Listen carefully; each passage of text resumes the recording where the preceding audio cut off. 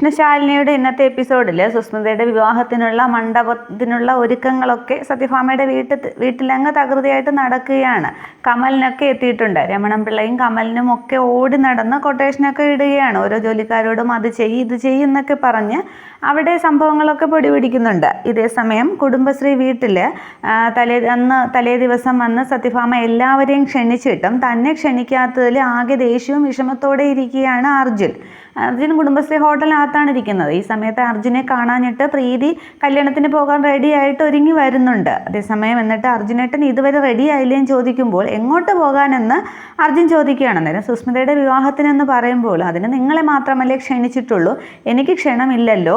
പിന്നെ അവരിവിടെ വന്നത് നിങ്ങളെല്ലാവരും ക്ഷണിച്ചിട്ട് എന്നെ ക്ഷണിക്കാത്തത് മനഃപൂർവ്വം എന്നെ അപമാനിക്കാൻ വേണ്ടി തന്നെയാണ്. നീയും വിഷ്ണുവും അവരുടെ വീട്ടിൽ ചെന്ന് അവരുടെ മുഖത്തടിച്ച പോലെ സംസാരിച്ചിട്ടില്ലേ, എന്നിട്ട് അവർ നിങ്ങളോട് ക്ഷമിച്ചു, അത് മക്കളായതുകൊണ്ട്. പക്ഷെ ഞാൻ മരുമകനാണ്, എന്നെ അപമാനിക്കാൻ വേണ്ടി തന്നെയാണ് അവർ വന്നത്. ഇനി എന്നെ ക്ഷണിക്കാത്തൊരു വിവാഹത്തിന് നീ പോകുന്നതും ഞാൻ മനസ്സിലാക്കുന്ന കാരണം എന്താണെന്ന് വെച്ചാൽ നീ എനിക്ക് വില തരുന്നില്ല എന്നുള്ളതാണ്. ഇതിന് തീരുമാനം നിൻ്റേതാണ് എന്ന് പറയുമ്പോൾ പ്രീതി പറയുന്നുണ്ട്, അമ്മ അങ്ങനെയൊന്നും ഉദ്ദേശിച്ചല്ല എന്നൊക്കെ പറഞ്ഞിട്ടും അർജുൻ സമ്മതിക്കുന്നില്ല. തുടർന്ന് ആകെ എങ്ങും ധർമ്മസങ്കടത്തിലാവുകയാണ് പ്രീതി.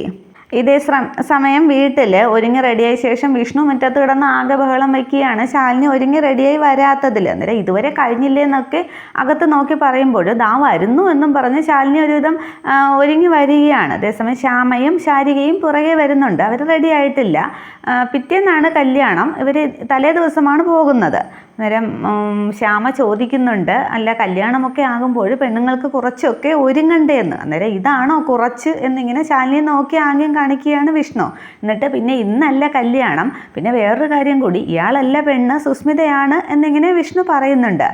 ഇതേ സമയവും അർജുനും പ്രീതിയും തമ്മിൽ ഇവിടെ സംസാരം നടക്കുകയാണ്. ഇവരുടെ സംസാരം തൊട്ടപ്പുറത്ത് നിന്ന് ശാരദാമ്മയും കേൾക്കുന്നുണ്ട്. തുടർന്ന് സുസ്മിത ചെയ്ത ക്രൂരകൃത്യങ്ങളൊക്കെ ഓർത്ത ശേഷം തൻ്റെ കുഞ്ഞിനെ കൊന്നതും അവളാണ് എന്നൊക്കെ പ്രീതി അറിയുന്ന കാര്യങ്ങളും ഒക്കെ ഓർത്ത ശേഷം പ്രീതി പറയുന്നുണ്ട്, സുസ്മിതയുടെ കഴുത്തിൽ താലി വീഴുന്നത് എനിക്ക് എന്തായാലും നേരിട്ട് കാണണം, അതിന് ഏത് നരകത്തിൽ വെച്ചായാലും ഞാൻ പോകും, എനിക്ക് കല്യാണം കൂടിയേ തീരുമെന്ന് പറയുകയാണ്. അന്നേരം അർജുൻ പറയുകയാണ്, നിൻ്റെ തീരുമാനം ഏതാണെങ്കിൽ ഇനിയും നിനക്ക് നിൻ്റെ അമ്മയാണ് വലുത് എന്നുണ്ടെങ്കിൽ എനിക്ക് മറിച്ച് ചിന്തിക്കേണ്ടി വരും എന്ന് പറയുകയാണ്. അപ്പോൾ ഈ ബന്ധം ഇവിടെ വെച്ച് മുറിഞ്ഞു പോവും എന്നാണോ അർജുനേട്ടൻ ഉദ്ദേശിച്ചത് എന്ന് ചോദിക്കുകയാണ്. അന്നേരം അത് നിൻ്റെ ഇഷ്ടം എന്നിങ്ങനെ അർജുൻ പറയുമ്പോൾ എങ്കിൽ പിന്നെ അർജുനേട്ടൻ അങ്ങനെ ചിന്തിച്ചോളൂ, എനിക്ക് എന്തായാലും സുസ്മിതയുടെ വിവാഹം കൂടിയേ തീരൂ, ഈ ഒരു തീരുമാനം കഴിഞ്ഞിട്ടേ ഇനി മുന്നോട്ടുള്ള പ്രീതിയുടെ ജീവിതം എന്താണെന്ന് ഞാൻ ആലോചിക്കുന്നുള്ളൂ എന്ന് പറഞ്ഞ് പ്രീതി അങ്ങ് പോകാൻ തുടങ്ങിയാണ്. അന്നേരം നമ്മുടെ കുഞ്ഞും അങ്ങനെയാണോ എന്ന് അർജുൻ പ്രീതിയുടെ കൈപിടിച്ച് ചോദിക്കുന്നുണ്ട്. കുഞ്ഞിൻ്റെ കാര്യവും അങ്ങനെ തന്നെയാണോ എന്ന്. അന്നേരം അതെ എന്ന് പ്രീതി ഉറപ്പിച്ചു പറയുകയാണ്. തുടർന്ന് അർജുൻ പറയുന്നുണ്ട്, എങ്കിൽ പിന്നെ നീ കല്യാണം പോയി കൂടിക്കോളൂ, പക്ഷേ ഇങ്ങോട്ട് വരണ്ട, ഞാനിവിടെ ഉണ്ടാകും എന്നുള്ള രീതിയിൽ നീ ഇങ്ങോട്ടത്തേക്ക് തിരിച്ചു വരണ്ട എന്ന് പറയുകയാണ്. അന്നേരം അത് സങ്കടത്തോടെയാണ് അർജുൻ പറയുന്നത്. അത് സങ്കടത്തോടെയാണ് പ്രീതി കേൾക്കുന്നതെങ്കിലും അത് അർജുനേട്ടൻ്റെ ഇഷ്ടം എന്ന് പറഞ്ഞ് പ്രീതി പെട്ടെന്ന് അങ്ങ് തിരിയുകയാണ്. അപ്പോൾ ഹോട്ടലിൻ്റെ വാതിൽക്കൽ നിൽക്കുന്ന ശാരദാമ്മയെ കാണുന്നുണ്ട്. അന്നേരം എന്താ മോളെന്ന് ചോദിക്കുമ്പോൾ വിഷമത്തോടെ ഒന്നുമില്ല ശാരദാമ്മയെന്ന് പറഞ്ഞിട്ട് പ്രീതി അങ്ങ് പോവുകയാണ്. തുടർന്ന് അർജുനോട് ഒന്നും ചോദിക്കാതെ ശാരദാമ്മ അങ്ങ് പ്രീതിയുടെ പുറകെ പോവുകയാണ്. ഇതുവരെ വിഷ്ണു അവിടെ കിടന്ന് വീണ്ടും ബഹളം വയ്ക്കുകയാണ്, പ്രീതി എവിടെ, വരുന്നില്ലേ എന്നൊക്കെ പറഞ്ഞു. അതേസമയം പ്രീതി വിഷമത്തോടെ വരികയാണ്. പക്ഷേ ആ പ്രീതിയുടെ വിഷമം അവരാരും ശ്രദ്ധിക്കുന്നില്ല.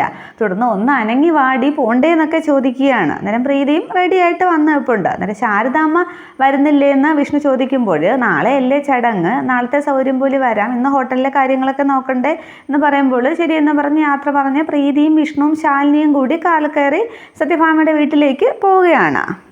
തുടർന്ന് കാറിൽ കയറാൻ നേരം വിഷ്ണു ചോദിക്കുന്നുണ്ട്, അർജുൻ വരുന്നില്ലേ എന്ന്. അന്നേരം ചടങ്ങ് നാളെ എത്തിക്കോളാമെന്ന് അർജുനേട്ടൻ പറഞ്ഞു എന്ന് പ്രീതി പറയുന്നുണ്ട്.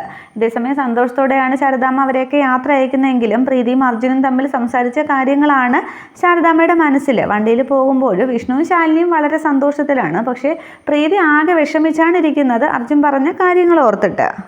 ഇതേസമയം സത്യഭാമയുടെ വീട്ടിൽ സുസ്മിതയ്ക്ക് വേണ്ടി ഭാമ വാങ്ങിച്ച സാരിയും ആഭരണങ്ങളും ഒക്കെ നോക്കുകയാണ് പത്മാവതിയും സരളയും എല്ലാവരും ചേർന്ന്. അങ്ങനെ സ്വർണ്ണമൊക്കെ കണ്ട് ആകെ കണ്ണ് മഞ്ഞളിച്ചിരിക്കുകയാണ് സരളയുടെ. തുടർന്ന് ഇത് എത്ര ലക്ഷമാണ് എന്നൊക്കെ സരള ചോദിക്കുന്നുണ്ട്. അന്നേരം ലക്ഷത്തിൻ്റെ കണക്കൊന്നും നീ അറിയണ്ട, ഇത് ഞാൻ സുസ്മിതയ്ക്ക് നൽകുന്ന സ്നേഹമാണ് എന്നൊക്കെ ഭാമ പറയുന്നുണ്ട്. തുടർന്ന് അതേസമയം സുസ്മിതയുടെ 2 കൂട്ടുകാരികളും പൊന്നിയും ഒക്കെ ഉണ്ട് അവിടെ ഇതെല്ലാം കാണാനായിട്ട്. തുടർന്ന് കൂട്ടുകാരികൾ അങ്ങ് അകത്തേക്ക് പോകുന്നുണ്ട്, പൊന്നി അടുക്കളയിലേക്കും പോകുന്നുണ്ട്. അന്നേരം ഭാമയോട് സരള പറയുന്നുണ്ട്, പിന്നെ വേറൊരു കാര്യം എനിക്ക് പറയാനുണ്ട്. ചടങ്ങിന് രാജേട്ടൻ വരുന്നുണ്ടായിരുന്നു, പക്ഷേ വരുന്ന വഴിക്ക് ഫ്ലൈറ്റിൽ വെച്ച് ഒരു നെഞ്ചുവേദന അനുഭവപ്പെട്ടു. ഒരു മുംബൈയിലെ ഹോസ്പിറ്റലിൽ അഡ്മിറ്റ് ചെയ്തിരിക്കുകയാണ്. അതുകൊണ്ട് ചടങ്ങ് കഴിഞ്ഞാലുടനെ ഞാനങ്ങ് പോകും എന്നിങ്ങനെ സരള പറയുകയാണ്. അന്നേരം ഭാമയ്ക്ക് ആകെ അങ്ങ് ഞെട്ടലുണ്ടാവുകയാണ്. എന്ന് വെച്ചാൽ പെൺകുട്ടിയുടെ അച്ഛന് നെഞ്ചുവേദനയായിട്ട് അങ്ങനെ കിടക്കുന്നു എന്ന് അറിയുമ്പോൾ. തുടർന്ന് അപ്പോൾ കല്യാണം നമുക്ക് മാറ്റിവെക്കാം, കല്യാണം പിന്നീടായാലും നടത്താമല്ലോ എന്നൊക്കെ ഭാമ ചോദിക്കുകയാണ്. അന്നേരം സരള പക്ഷേ അത് വലിയ കാര്യമായിട്ട് എടുക്കുന്നില്ല. ഹോസ്പിറ്റലിൽ നെഞ്ചുവേദനയായിട്ട് കിടക്കുന്നത് അതൊന്നും സാരമില്ല, സുസ്മിത ഇതൊന്നും അറിയണ്ട, ചടങ്ങ് എന്തായാലും നടക്കട്ടെ, ഞാൻ പോയി എന്തായാലും അങ്ങ് രാജേട്ടനെ കൂട്ടിക്കൊണ്ട് വരാം, അതൊന്നും പ്രശ്നമില്ല എന്ന് പറഞ്ഞ് വീണ്ടും ഓരോ സ്വർണ്ണമൊക്കെ എടുത്തങ്ങ് നോക്കുകയാണ്. ഇത് എത്ര പവനുണ്ട് എന്നൊക്കെ അങ്ങ് ചോദിക്കുകയാണ് സരള. പക്ഷേ ഇപ്പോൾ വിഷമം മുഴുവൻ സത്യഭാമയ്ക്കാണ്, സുസ്മിതയുടെ അച്ഛന് അങ്ങനെ അറ്റാക്ക് വന്ന് കിടക്കുന്നതിൽ. സരളയ്ക്കാണെങ്കിൽ യാതൊരു കൂസലുമില്ല, കല്യാണം നടക്കട്ടെ എന്നാണ് പറയുന്നത്. തുടർന്ന് പത്മാവതി അമ്മയോട് സരള പറയുന്നുണ്ട്, ഞാൻ എൻ്റെ മകളെ വിശ്വസിച്ച് നിങ്ങളെ ഏൽപ്പിക്കുകയാണ് എന്ന് പറഞ്ഞിട്ട്. അന്നേരം പത്മാവതി പറയുന്നുണ്ട്, വിവാഹം കഴിഞ്ഞു കഴിഞ്ഞാൽ നിങ്ങൾ 2 പേരുടെയും ആവശ്യം സുസ്മിതയ്ക്ക് ഉണ്ടാവില്ല എന്ന്. അന്നേരം ഒന്ന് ഞെട്ടുന്നുണ്ട് ഭാമയും സരളയും. എന്നിട്ട് പറയുന്നുണ്ട്, അമ്മയായിട്ട് ഞാനുണ്ടല്ലോ എന്ന്. അന്നേരം അങ്ങ് ചിരിക്കുന്നുണ്ട് സരളയും ഭാമയും കൂടി. തുടർന്നും സരള പറയുന്നുണ്ട്, ഇപ്പോൾ സുസ്മിതയുടെ അമ്മ നീ തന്നെയാണ്, എന്നേക്കാൾ റോള് നിനക്ക് തന്നെയാണ്, നീ നിന്നാൽ മതി, ബാക്കി എല്ലാത്തിനും ചടങ്ങിന് മാത്രം ഞാനുണ്ടാവും, അത് കഴിഞ്ഞ് ഞാനങ്ങ് പോവും എന്ന് സരള പറയുകയാണ്. തുടർന്ന് മണ്ഡപം ഒരുക്കുന്ന വെപ്രാളത്തിലാണ് രമണൻ പിള്ളയും ജോലിക്കാരും കമലിനുമൊക്കെ. അന്നേരം ഒരു ജോലിക്കാരൻ വന്ന് രമണൻ പിള്ളയോട് കുറച്ച് ബിരിയാണി വേണം എന്ന് പറയുന്നുണ്ട്. അന്നേരം രമണൻ പിള്ള വായും പൊളിച്ച് നിൽക്കുമ്പോൾ ഈ കർട്ടനൊക്കെ ഉറപ്പിക്കുന്ന സ്ക്രൂ പോലെ ഇരിക്കുന്ന എന്നൊക്കെ ജോലിക്കാരൻ പറയുന്നുണ്ട്. പക്ഷേ രമണൻ പിള്ളയ്ക്ക് ആദ്യം മനസ്സിലാകുന്നില്ല. ഇപ്പോൾ വരാമെന്നും പറഞ്ഞ് രമണൻ പിള്ള അങ്ങ് അകത്തേക്ക് പോവുകയാണ്. ഈ സമയത്ത് കമലൻ അങ്ങ് ജോലിക്കാരോട് ദേഷ്യപ്പെടുകയാണ്.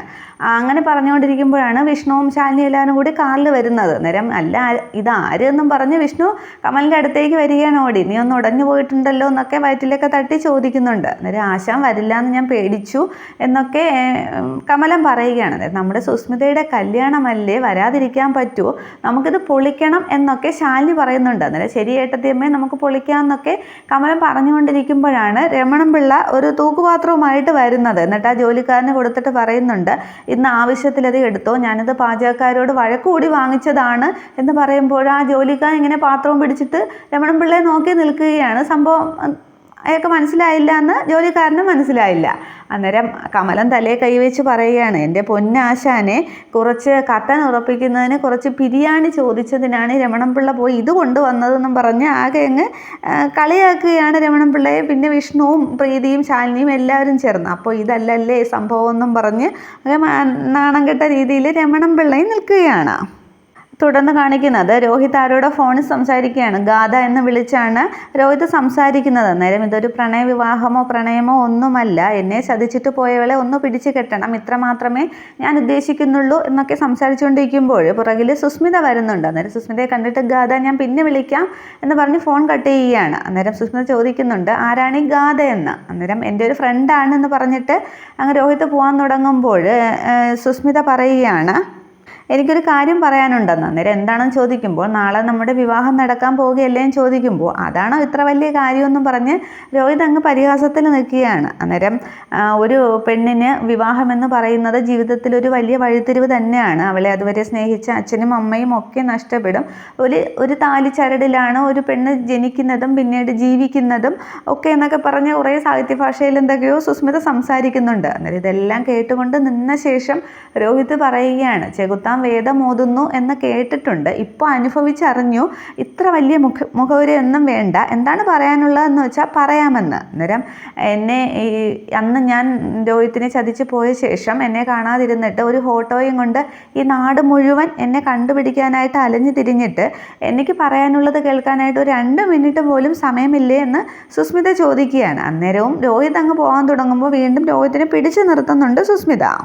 എല്ലാവരുടെയും വിവാഹം പോലെയല്ലോ നമ്മുടെ ഈ വിവാഹം നടക്കാൻ പോകുന്നത്. ആദ്യം പ്രണയം, പിന്നെ ബ്രേക്കപ്പ്, പിന്നെ വീണ്ടും വിവാഹം എന്നൊക്കെ പറഞ്ഞ് സുസ്മിത അങ്ങ് സംസാരിക്കുമ്പോൾ അപ്പോൾ കുംഭസാരമാണ് ലക്ഷ്യം അല്ലേ എന്ന് രോഹിത് ചോദിക്കുകയാണ്. അന്നേരം എങ്ങനെ വേണമെങ്കിലും വ്യാഖ്യാനിക്കാം. എന്തായാലും ഇനിയൊരു മല്ലയുദ്ധത്തിന് ഞാനില്ല, മാപ്പ് പറയുന്നില്ല. പക്ഷേ ഇനിയുള്ള ജീവിതം കൈകോർത്ത് പിടിച്ച് പോകണം എന്നാണ് എൻ്റെ ഒരു ആഗ്രഹം.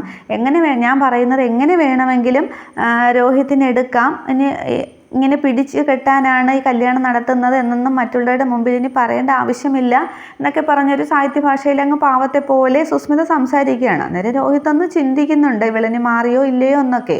അന്നേരം ഒരു മനുഷ്യ സ്ത്രീയായിട്ട് എന്നെ ഭൂമിയിലേക്ക് വീണ്ടും വളർത്താനാണ് രോഹിത് എന്നെ കല്യാണം കഴിക്കുന്നത് എന്നൊക്കെയല്ലേ പറയുന്നത്. എന്തായാലും രോഹിത്തിൻ്റെ ഭാഷയിൽ പറഞ്ഞാൽ ഞാൻ ആയുധം വെച്ച് കീഴടങ്ങി എന്ന് തന്നെ പറയാം എന്ന് സുസ്മിത രോഹിത്തിനോട് അങ്ങനെ കുറേ കാര്യങ്ങൾ സംസാരിക്കുന്നുണ്ട്. എന്ന് വെച്ചാൽ താനിനി ഒരു പ്രതികാര ബുദ്ധിക്കോ ഒന്നിനുമില്ല, രോഹിത്തിൻ്റെ ഭാര്യയായിട്ട് ജീവിച്ചോളാം എന്നുള്ള രീതിയിലാണ് സുസ്മിത സംസാരിക്കുന്നത്. പക്ഷെ ഇതൊക്കെ കേട്ടുകൊണ്ട് തന്നെയാണ് രോഹിത് നിൽക്കുന്നത്. അങ്ങനെ നിൽക്കുമ്പോഴാണ് വിഷ്ണുവും ശാലിനിയും പ്രീതിയും കൂടി അവിടേക്ക് വരുന്നത്. അന്നേരം എന്താണ് രണ്ടുപേരും കൂടി ഒരു കിന്നാരം പറച്ചില്ലെന്ന് ചോദിച്ചുകൊണ്ടാണ് വിഷ്ണു വരുന്നത്. പക്ഷെ ഒന്നും മിണ്ടാതെ തന്നെ സുസ്മിത അങ്ങ് പോകാൻ തുടങ്ങിയാണ്. അന്നേരം ശാലിനിയും പ്രീതിയും ഒക്കെ ആകെ സന്തോഷത്തിലാണ്. എന്താ സുസ്മിത ഞങ്ങളെ അങ്ങ് ഒഴിവാക്കുകയാണോ എന്ന് ശാലിനി ചോദിക്കുകയാണ്. അതൊന്നുമല്ല, കല്യാണമല്ലേ, അത്യാവശ്യം കുറച്ച് പേരെ കൂടി വിളിക്കാനുണ്ട് എന്ന് ഇങ്ങനെ സുസ്മിത പറയുകയാണ്. അന്നേരം അതെ എന്ന് തലകുലുക്കുകയാണ് വിഷ്ണു. ശാലിനിയും പ്രീതിയും ഒക്കെ സുസ്മിതയെ തന്നെ നോക്കി നിൽക്കുകയാണ്. അന്നേരം ഒരു ദേഷ്യഭാവത്തോടു കൂടി സുസ്മിത എങ്ങനെ ശാലിനിയെ നോക്കുകയാണ്. ശാലിനിയും അതേപോലെ നോക്കുന്നുണ്ട്. ഇത്രയുമാണ് നാളത്തെ പുതിയ എപ്പിസോഡ്. Okay, thank you.